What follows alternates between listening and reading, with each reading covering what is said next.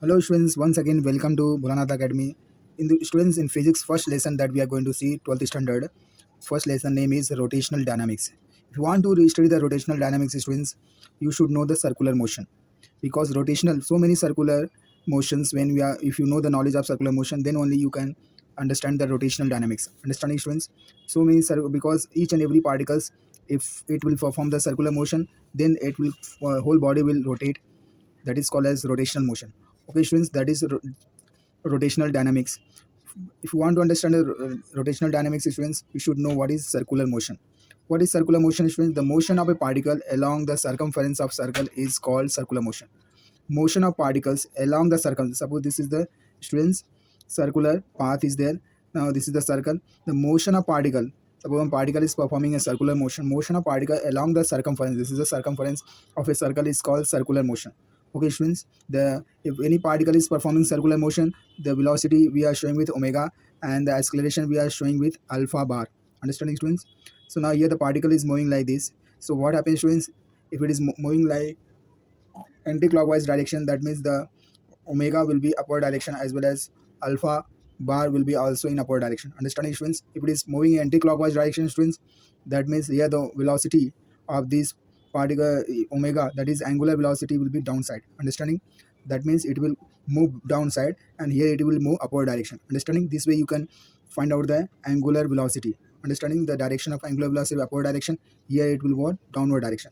So this is all about the circular motion. Understanding the motion of a particle along the circumference of circle is called circular motion.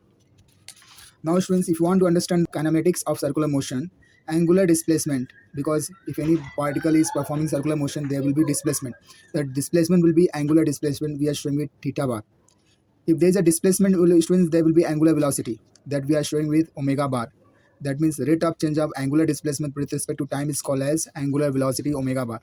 Now angular acceleration, students, if any particle is performing circular motion, it will have angular acceleration that we are showing with alpha bar, which is equals to d omega bar upon dt. What is d omega upon dt? That is rate of change of angular velocity with respect to time is called angular acceleration.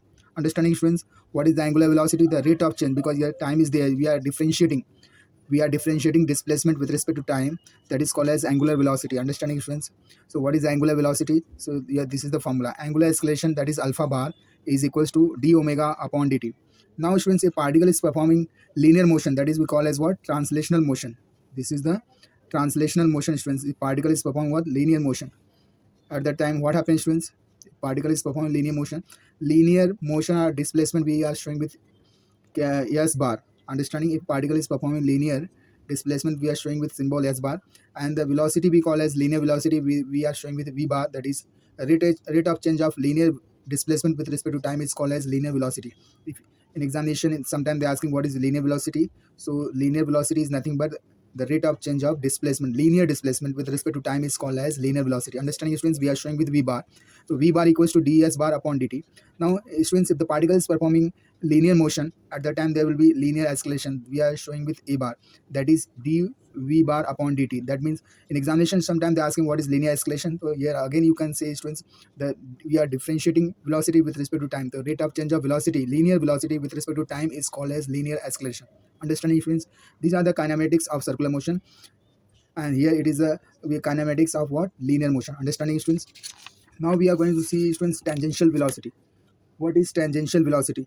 Tangential velocity students, if particle is performing circular motion, here will the particle will perform tangential velocity, that is related with angular velocity and multiplication of what? Radius. So tangential velocity is equals to v bar equals to omega bar cross r bar. Understanding? If the direction is given, at the time you have to put the cross symbol between omega bar and r bar. R bar is the direction of radius. If particle is performing circular motion, how much, what will this r is what? Radius of this circle. Understanding students? So tangential velocity equals to v bar equals to omega bar. Omega bar is nothing but angular velocity, it is linear velocity, and this is the radius of the circle. Understanding students? So this is the relation between linear velocity and angular velocity. So linear velocity is equal to angular velocity when angular velocity is multiplied by the radius. So understanding students? So v equals to omega bar, this is the in scalar form, v equals to omega r. If t is the period of circular motion of, then frequency is the n is the frequency, then we can write omega angular velocity equals to 2 pi n. Understanding students? That is also equals to 2 pi upon t. Capital T is the time period. So what is the relation with angular velocity and the time period, students? Angular velocity equals to 2 pi upon t, where n is equals to number of frequency. It is the frequency 1 upon t. Understanding, students? So these are the relation between the angular velocity and the time period.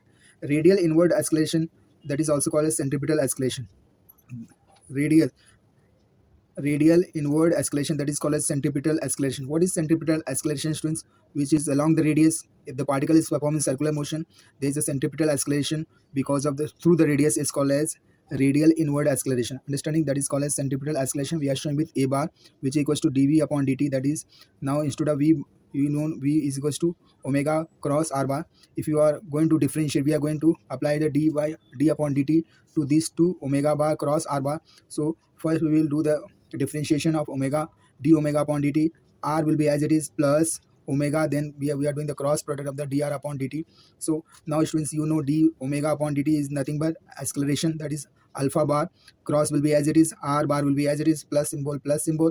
Now omega bar will be omega. Now dr upon dt is nothing but, students, velocity, linear velocity. Understanding? This is the acceleration, this is the acceleration through the radius, and this is the acceleration at t, that is called as what? Tangential acceleration, and this is radial acceleration. Understanding, students? So that means total acceleration when the particle is performing circular motion, total acceleration is equals to the tangential acceleration plus radial acceleration. Understanding, students? Now students, in UCM, that is uniform circular motion, you know this is the linear acceleration is equals to omega square upon r. Understand, students? Before that, students, you know v equals to omega r. Omega is nothing but if you have to divide v by r. Now put these values here, you will get a equals to v square upon r square. R will cancel, we are getting v square upon r. Now v square you can write 2 times v into v upon r. V upon r is nothing but omega. So this is the relation between the linear acceleration and velocity, angular velocity. This is the relation. That means a is equals to linear velocity into angular velocity. Acceleration, linear acceleration is equals to linear velocity into angular velocity. Understanding, students? That is a is equals to v omega. This is very important in examination. Sometimes when you are going to solve the problems, at the time you should know these the expression, students. Dynamics of circular motion. Dynamics of circular motion, students. If you want to understand the circular motion, students, you should know what is centripetal force. In short, we are saying CPF, centripetal force. When the particle is performing uniform circular motion, the force on the particle which is towards the center of the circle through the radius is called the centripetal force. Along the radius, understanding, students? Towards the center of the circle is called centripetal force. Centripetal force equals to minus m omega square r bar. What happens, students? This if you put the value of omega, v square upon r square, r will cancel, you are getting minus m v square upon r. This is the centripetal force. Understanding? So minus m v square upon is the centripetal force. This is the formula. Now we are going to see second, students, what is the centrifugal force. Centrifugal force is, students, the force applied on the particle which is away from the center, that is radially outward force is called centrifugal force. Centrifugal force will be, we are always positive, m omega square r bar, that is mv square upon r. This is r, students. Okay, students, because particle is performing what? Circular motion, at the time the centrifugal force formula will be mv square upon r, v equals to omega r. Now, students, we are going to see the application of uniform circular motion. Application of uniform circular motion. Vehicle along a horizontal circular track. Now when the vehicle is on the road, students, now which are the forces are acting on the vehicles, that we are going to see. Vehicle along the horizontal circular road. Now it is the horizontal circular road. Understand, students? So there I have shown this is the horizontal circle. There is no banking is there. Understanding, students? This is the horizontal circular road. Okay, students. Now what happens, students, when the vehicle is along the horizontal circular track? Consider which are the forces are acting on this vehicle. So there is a frictional force, students. Frictional force between tires and the road will act along towards the center. Understanding? That we call as, this is equals to the centripetal force only. Okay, students, the frictional force is nothing but centripetal force, that is Fs. Yes means what? F is frictional force, we call as what? Frictional force. F is equals to m r omega square, which is equals to centripetal force. Understanding, students? Centripetal force, that is mv square upon r. So this the frictional force is equals to centripetal force. Now here will be the normal is the weight of the vehicle is because of the gravity will balance the weight of the vehicle. The n is balanced by weight of the vehicle. Understanding this normal. So n equals to mg. Now when you take the ratio students, you are getting this. You have to take the ratio of this also. M mass will cancel r omega upon g. Now what happens students? This is equals to v square upon rg, which equals to, this is the coefficient of friction. Mu s is the coefficient of static friction. This way you can find out the coefficient of friction when the vehicle is along the horizontal track. For maximum speed students, so f s max upon l equals to mu s, that is v square m max upon rg equals to v square m max will be mu s rg. Now this square will go on this side, will becomes root. So v max equals to square root of mu s rg. This is the expression for maximum speed the vehicle can move on the road.